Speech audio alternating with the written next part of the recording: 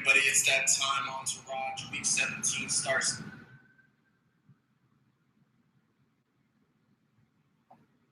All right, everybody, it's that time. Entourage Week 17 starts 6. All right, everybody, it's...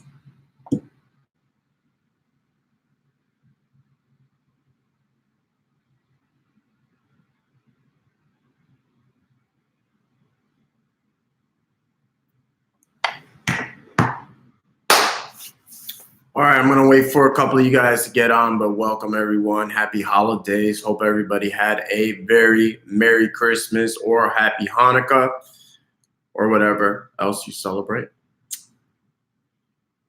But we'll check out here what's going on. I'm going to wait for a couple more to get on here. Let me get this ready here.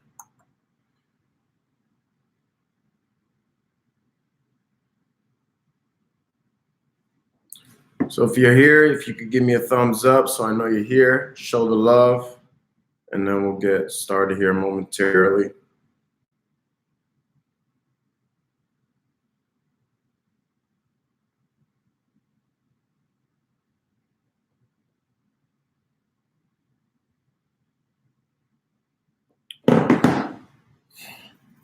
I guess everybody's busy. It's Saturday. If anybody's here, just type something so I know you're here, so I'm not talking to myself. Although people can always come back and watch this later as well.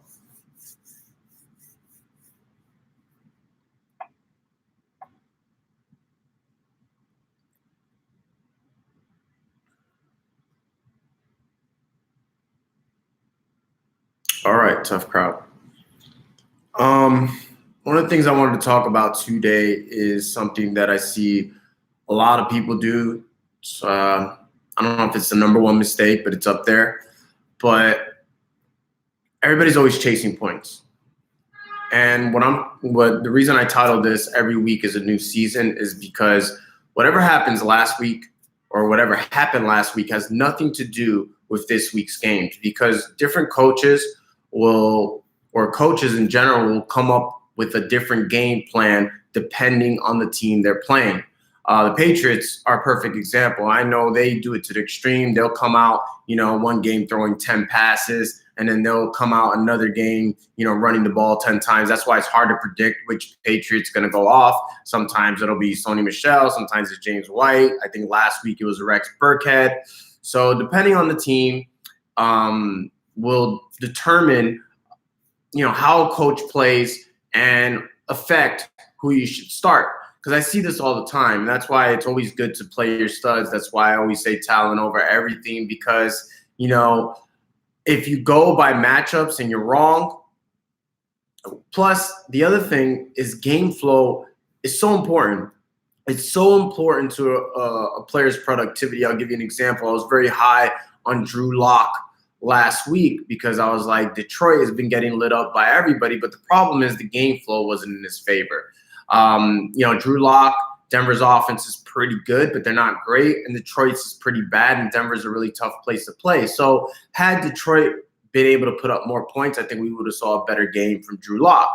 On the flip side, we saw, the Giants can't stop anybody, the Redskins can't stop anybody, and we saw Daniel Jones go off. So a lot of times you want to play players that are going to be in high-scoring games, and you could figure that out by just looking at the total points. Vegas odds are usually pretty spot on or close, so that's another thing. But I'm bringing this up because one of the players I really like this week, actually, I really like the Dallas Cowboys as a team. Now, we all know Dallas is trash. We all know, they've been just a huge disappointment. But because the Redskins are even more trash, I would not take the last couple of weeks of what we saw from Dak Prescott and Amari Cooper and then not put them in your lineups this week. And I see that a lot. A couple of weeks ago when I was in the championship, for the DFS, a lot of people didn't play Tyler Lockett, because Tyler Lockett had like 3 games where he didn't even score over 10 points. But again, because I knew Arizona was really bad, especially against the slot, he was due. I actually paid him with $1 million on the line. And I think this week Amari Cooper could be, what Tyler Lockett was 2 weeks ago. And I'm getting people that are thinking about sitting him, things like that. So I just wanted to let you guys know that don't penalize a player, especially a proven player like Tyler Lockett, like Amari Cooper. If it's a fluky guy, I get it. But a guy that has been proven, he could bounce back at any time. The week that got us into the championship, it was a week that Robbie Anderson and Stephon Diggs went off. Diggs and Anderson had not done anything until that week. I looked at it differently. I was like, well, Adam Thielen's out. Diggs is going to go off. He's got the matchup, whatever. I don't care what he's done the last 3 weeks. Same with Robbie Anderson. Robbie Anderson actually had a tough matchup. But I was like, Sam Darnold is back. I was like, Byron Jones is a good corner, but he can still be had. He's not shut down. And that's the other thing, guys. There's really no such thing as a shutdown corner because a good offensive coordinator, and most of them do this, they move their best player around, and very few people shadow. Outside of maybe Jalen Ramsey, Darius Slay, got to give props to those guys. Really, nobody shadows these days. So just because on paper it looks like you have a tough matchup, don't overthink it and think, oh, now in the case of Devontae Parker this week, I would sit him because even if they move him around, Stephen Gilmore will probably follow him. They have another good quarter in Jason McCourty, and the Pats defense as a whole is really good. But just in general, a lot of people get scared away by matchups, or a lot of people get really excited by matchups, and they, play a player based on matchup. But that's why, and I've made that mistake too. I made that mistake myself. Overthink things, but I try to be right, so right. But yeah, and look at Aaron Jones. Some people were thinking about sitting Aaron Jones for Mike Boone.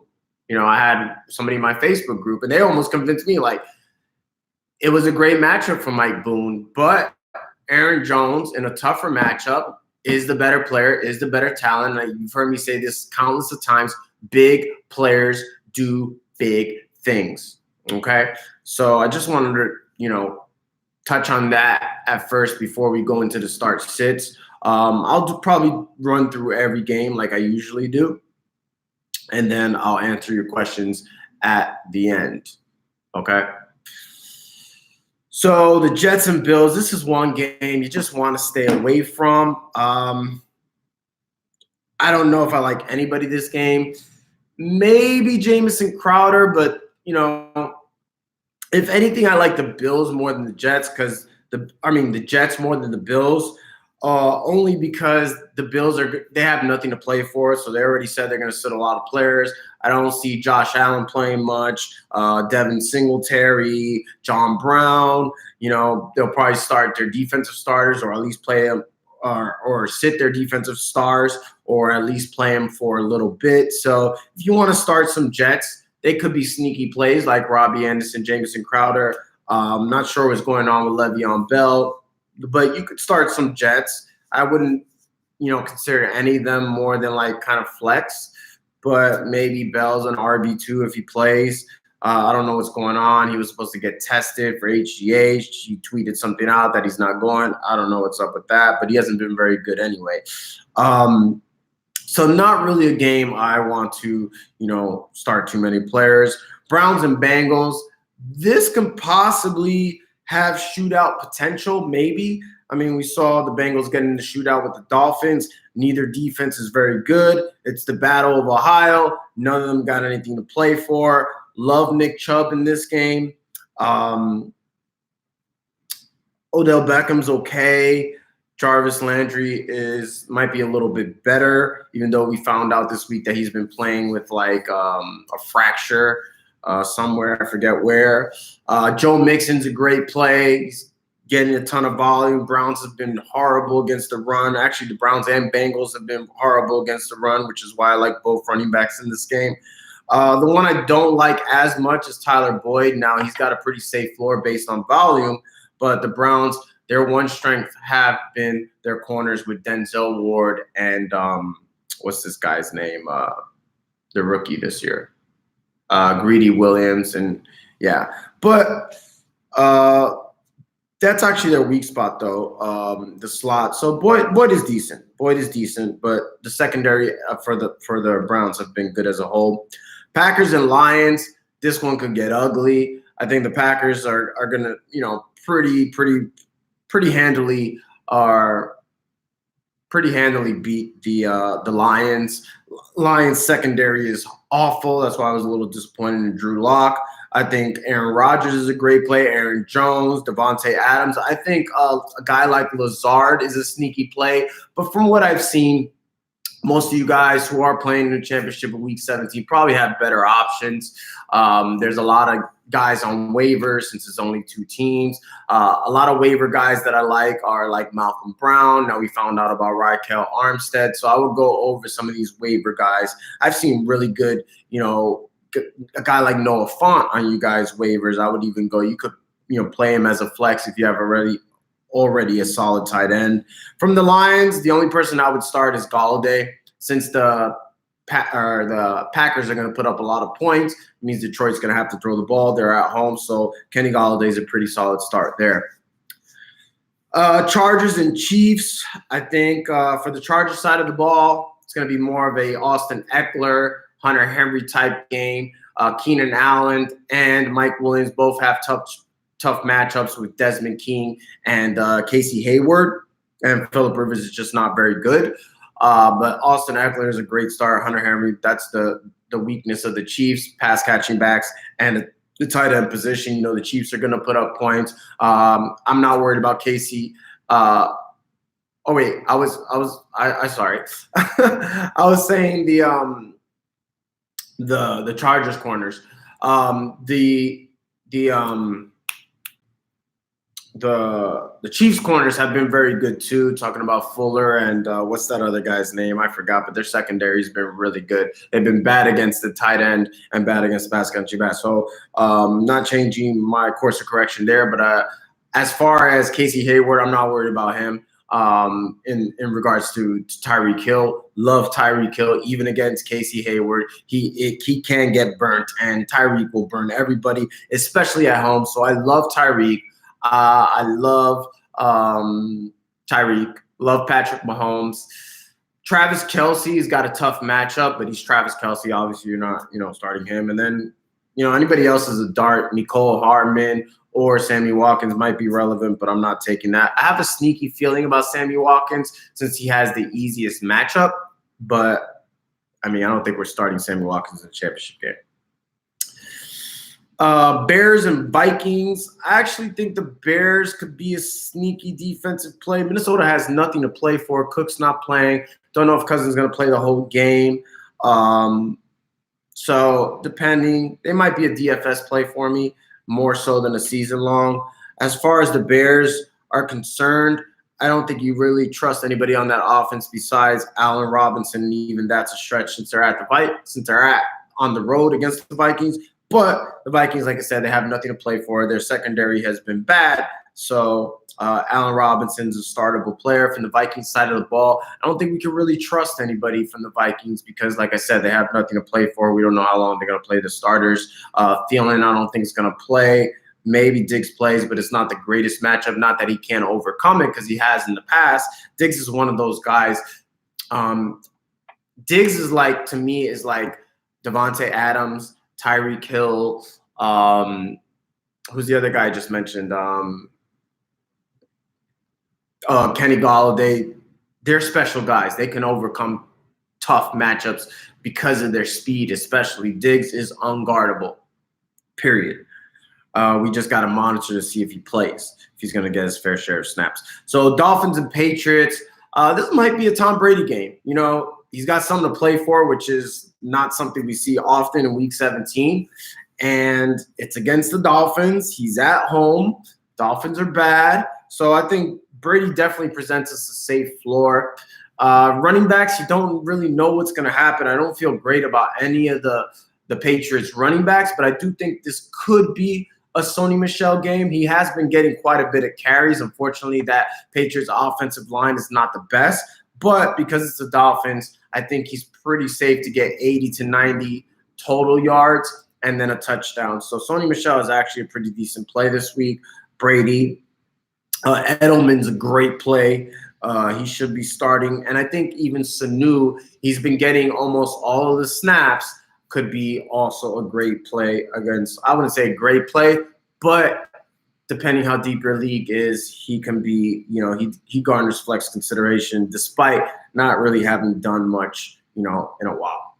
Falcons and Buccaneers. This is an exciting game from a fantasy perspective, only because you got two teams, nothing to play for, bad defenses, throwing offenses. So from a fantasy perspective, there could be a lot of relevant players. Absolutely love Austin Hooper. I loved him last week. I love him even more this week. Julio Jones has been on the tear, obviously.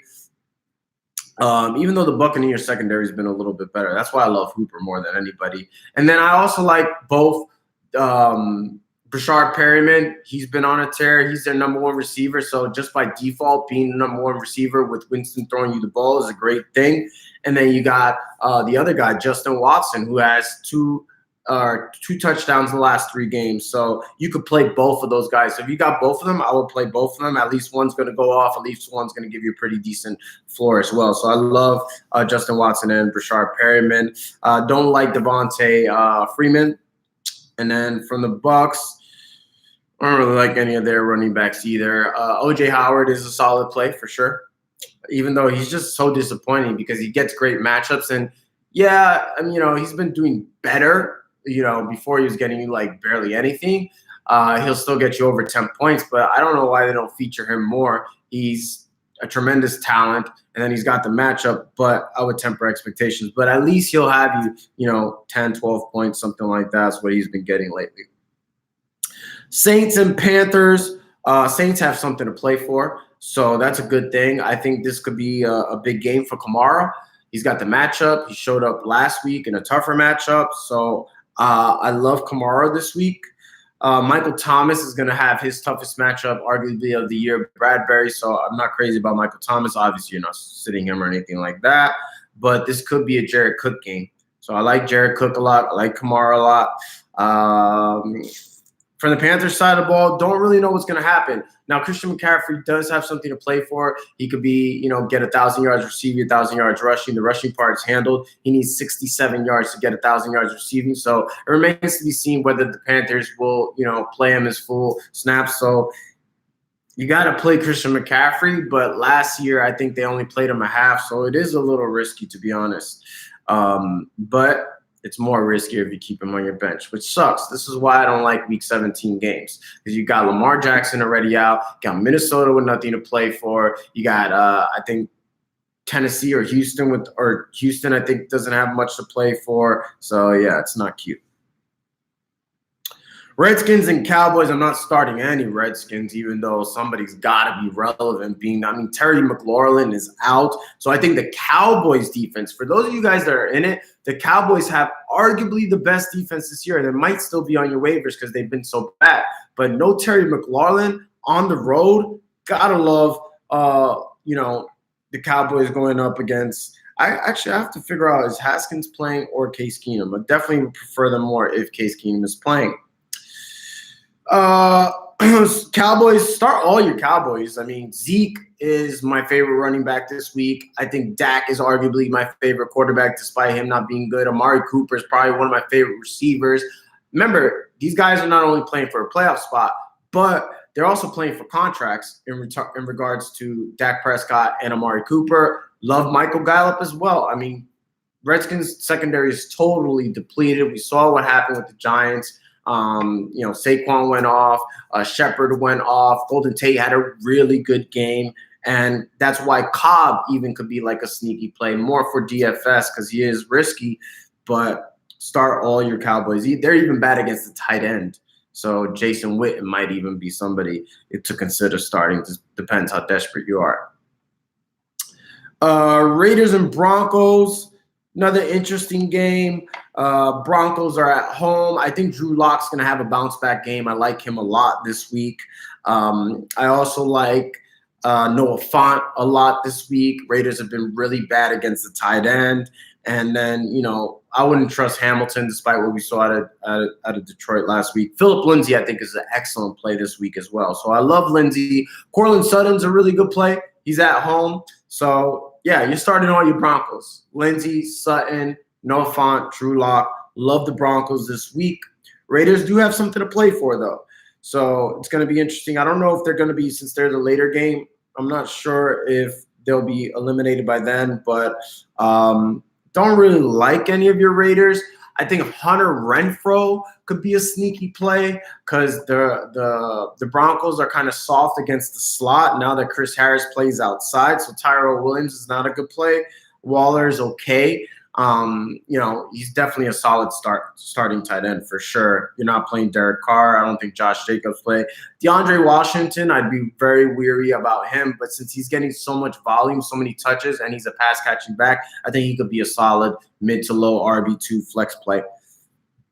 Cardinals and Rams. I don't think, the Rams are going to sit a lot of their guys. So here's a guy, I just thought about this. Josh Reynolds might be a sneaky play. I don't know if, the Rams are going to play all the stud receivers. I doubt they play Gurley. So I love Malcolm Brown. If we find out Malcolm Brown's the starter, Rams offensive line is really good. We saw what C.J. Anderson did last year when Gurley was out. I think Malcolm Brown could have a similar week to what we saw at the end of last year from C.J. Anderson. So be on the lookout.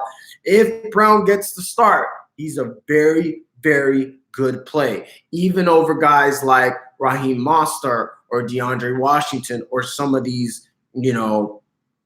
kind of borderline guys that have decent floors but maybe not as much upside. Other than that, I really got to know what happened. The Rams, they have good matchups. Robert Woods killed Arizona last time. Arizona bad against the pass. So Jared Goff is a decent start if he plays. I wouldn't trust Kyler Murray on the other side of the ball. That hammy, it could pop up at any given point. It's just not a great matchup on the road against the Rams either way. And one guy, Kirk, hasn't looked good. Doesn't look like he's over the ankle. But Larry Fitzgerald, I think, could be a decent start because the ball got to go somewhere. Rams are going to put up points. So I think it could be a Larry Fitz game once again. Oh, my man, the myth, the legend, Kenyon Drake. Love Kenyon Drake. He's got something to play for. He's got to play for a contract because the Rams, might dog it out. They could be ran on either way. They're not that great against pass guys. I love Kenyon Drake because he's getting a lot of work. And he's got talent. And when you add the two, absolutely love Kenyon Drake this week. And they're going to need him. Kirk's kind of hurt. Murray's kind of hurt. Eagles, Giants. This, to me, to be quite frank, feels like a trap. Because the Eagles don't really have enough firepower to put up crazy points. The Giants are bad enough to allow them to put up some points. I mean, we saw when the two teams played each other a couple of weeks. It wasn't a really high-scoring game. It wasn't until later in the game that Philly really put up points. So I think this could be a trap game. I like Daniel Jones this week. The matchup is great on paper. But remember, it's a division game. Philly's got a lot of pride and a lot to play for. If they lose and Dallas wins, I think they could be out of the playoffs. So while this looks like it could be a high-scoring game, and then Philly doesn't have Ertz, so I like Daniel Jones, but I would temper expectations. I don't think he's going to do what he did to the Redskins. That's basically what I'm trying to say. And then the Giants receivers are kind of annoying. Sterling Shepard, though, has been pretty consistent, but we saw Slayton totally lay a bomb. Now, part of that's not his fault because I heard he was dealing with some injuries during the game. But because the Giants have three receivers that are more or less the same type of talent, they more or less have the same type of upside. So you never know which one's going to be. I do think Shepard is the safest. I would say Slayton is second because Golden Tate has the tougher matchup. Philly's actually been pretty good against the slot. But that's my take on that anyway. Saquon is Saquon, but it's not the best matchup. Philly is really good against the run, but I would like to see what they did last week where they featured him in the passing game because he's certainly capable. You saw that deep bomb he caught. Colts and Jaguars, it looks like Leonard Fournette is out. Raquel Armstead, I think, is a really solid play. We see the way the Jaguars utilize their running backs. They only usually have one running back that they give the bulk of the work, and they use them a lot in the passing game. So I actually like Raquel Armstead. Him and Malcolm Brown, I like a lot. It's hard to get running backs that are going to be bell cows, get the majority of the work both in the run and passing games, and be on pretty decent offenses in good matchups where they could punch in for a touchdown. So I actually do like Raquel Armstead a lot because he's big, he's fast, and he can catch the football. Indianapolis has been surprisingly good against the run, but it's not that serious where we're going to be scared. Colts, I love Marlon Mack. Oh, my God. Jaguars and the Panthers are the two worst teams against the run the last couple of weeks. So absolutely love Marlon Mack. And this has the potential to be a high-scoring game. It could be one of those Tampa, Atlanta games where it's sloppy, neither team. I think the Colts might have something to play for, but either way, Colts are going to put up points. Their defense is not that great where they're going to shut anybody down. The Jaguars are home. So I think Sharp, for one, can have a really nice bounce back game. I think Minshew has something to play for too. Remember, guys, he's kind of iffy. They're not sure whether he's the future or not. So Minshew at home, I don't know if I'd start him, but I like DJ Shark, and I like Raquel Armstead for the Colts. If Hilton plays, I guess I kind of like Hilton, but I wouldn't trust anybody outside of Hilton. This could be a Jack Doyle game, though, but I love Mac. I love Mac. Steelers and Ravens, another game. Steelers' offense has been horrendous. Wouldn't trust anybody there. Ravens are pretty much just, sitting everybody out. No Ingram, probably no Marquise Brown, Andrews. They're not starting anybody. But even with that, I don't trust any Steelers. I wouldn't trust any Ravens. Those who think RG3 is a thing, remember, this is still the Steelers. I would play the Steelers defense. That's the only player or team I would play in this entire game is the Steelers defense, because Deontay Johnson, those guys, James Washington's are straight up darts. One of them could be decent because, somebody's going to score points in the game, but I wouldn't feel comfortable starting either. And then you got the Titans and the Texans. We don't know what's going to go on since I don't think the Texans have anything to play for. So DeAndre Hopkins, unfortunately, this is why I hate Week 17 games, is a risky start because he was also dealing with an injury. Who could be a sneaky play is Kiki Kuti.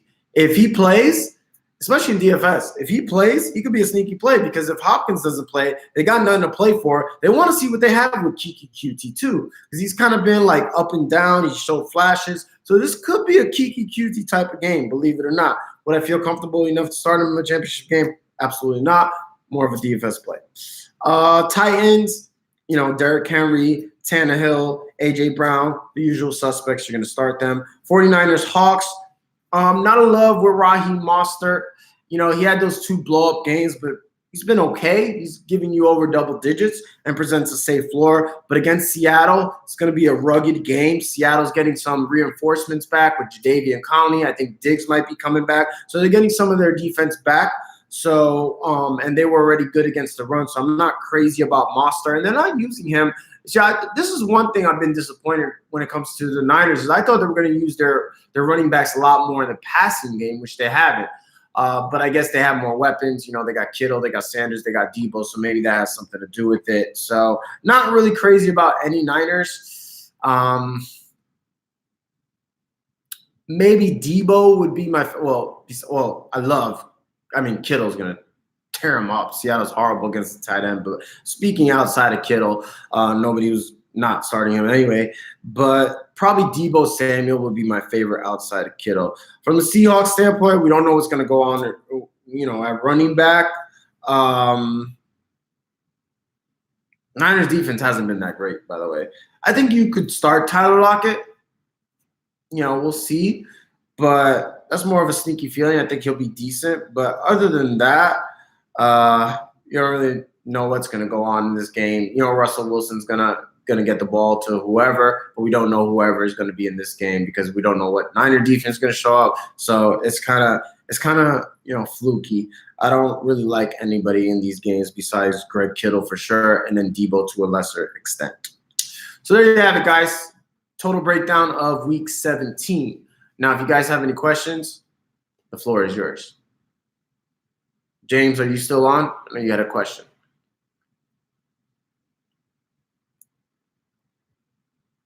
What up, Nick?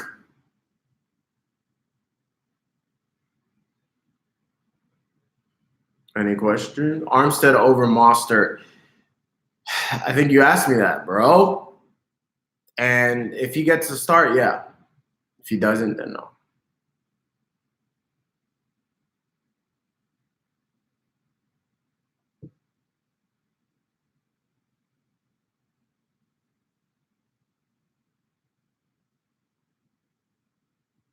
Start 2 running backs. Michelle, Williams, Peterson. Who's Williams? You're talking about for Green Bay? Jamal Williams. And I guess you're talking about Sony Michel because you spelled it with the extra L and E. You're welcome, David. Oh, Damian Williams. Oh, I love Damian Williams. I should have mentioned him. Sorry. I actually love Damian Williams this week. Should have been the Chargers game. So for sure, Damian Williams. And then I would probably go with I would go with Michelle. Monster over Justin Watson in the flex, or Keith Perryman as a wide receiver 2 and Watson in the flex. Yeah, I would do that because you're gonna at least get one blow up game. You know what I'm saying? So I rather get the pair. You're gonna get combined easily 30 points between the two of them. You should. So I rather do that.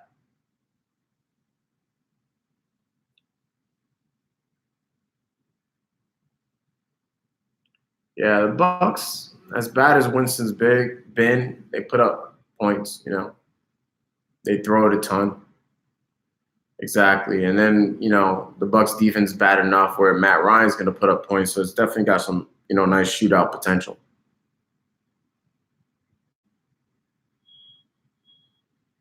Receivers, Goddard, start 3 receivers: Goddard, Higbee, Edelman, and AJ Brown.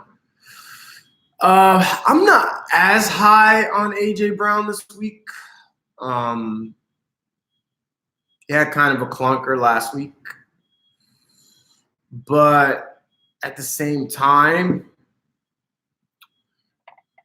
you can't sit Higbee, you can't sit Edelman, so it's really between Brown and Goddard. I will say this: I think Goddard is safer, being that he's the guy. So it really depends what you need. AJ Brown has more upside, but Goddard is the truth. We saw it last week when Ertz got hurt. So it kind of depends on your matchup. But I kind of want to lean Goddard just because we know he's going to be the focal point of that offense with Ertz out. Packers or Saints defense? I would go with the Saints. Yeah, they're going against Will Greer. Go ahead, James. I sound kind of like bothered by that, which is not true. I just meant to say, go ahead, James. Brady or Daniel Jones? That's a tough one. I would still go Daniel Jones. Just because I think he could give you the same floor, but has way more upside. DJ Shark or Perryman? I think Perryman's safer. I like DJ Shark a lot this week, though, too. Colts secondary is horrible. Ravens or Chiefs defense? I would go with the Chiefs. Yeah. Chiefs at home have been lit. Ravens, we don't know how many are going to, who's going to play. They're going to sit some of these guys. Steelers don't really turn the ball. I mean, Duck has been throwing some interceptions, but Chiefs at home. Super Bowl prediction. I'm going to go with the Seahawks and KC. I think Kansas City wins. Kansas City over the Seahawks. I think that's my prediction.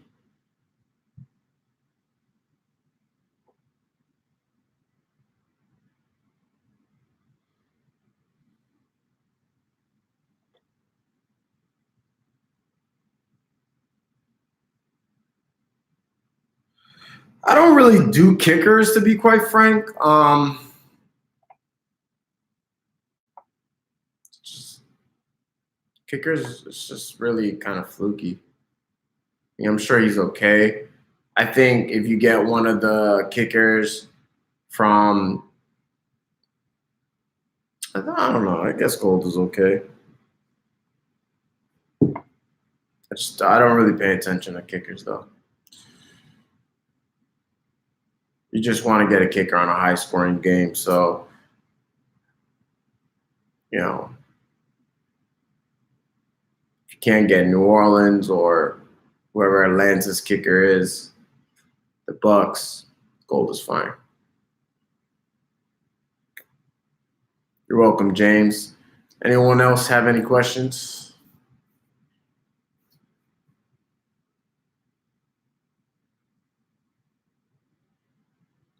Alrighty then. Well, good luck, guys. Oh, one last thing. If you're interested in DFS, I'm running a special today. I'm going to give you my DFS video. It's just like this, but more detail and more, geared towards DFS. I'm going to do it the rest of the season. So week 17 and the 3 weeks in the playoffs and the Super Bowl, all for $20. Never done anything like this. It's so worth it. I'm sure you'll get your money back.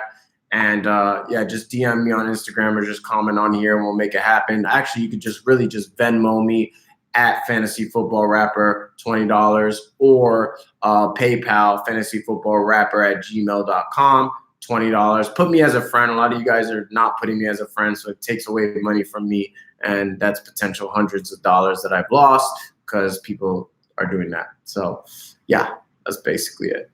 Well, with Fournette, what do you think? I love Armstead, Oscar. Love Armstead. I think he'll get the bulk of the work. That's how the Jaguars like to do things. They like to give one running back the rest of the work. You're welcome, Nick. And if you guys could give me a like before you leave, that would be greatly appreciated. I guess it helps the algorithm or whatever.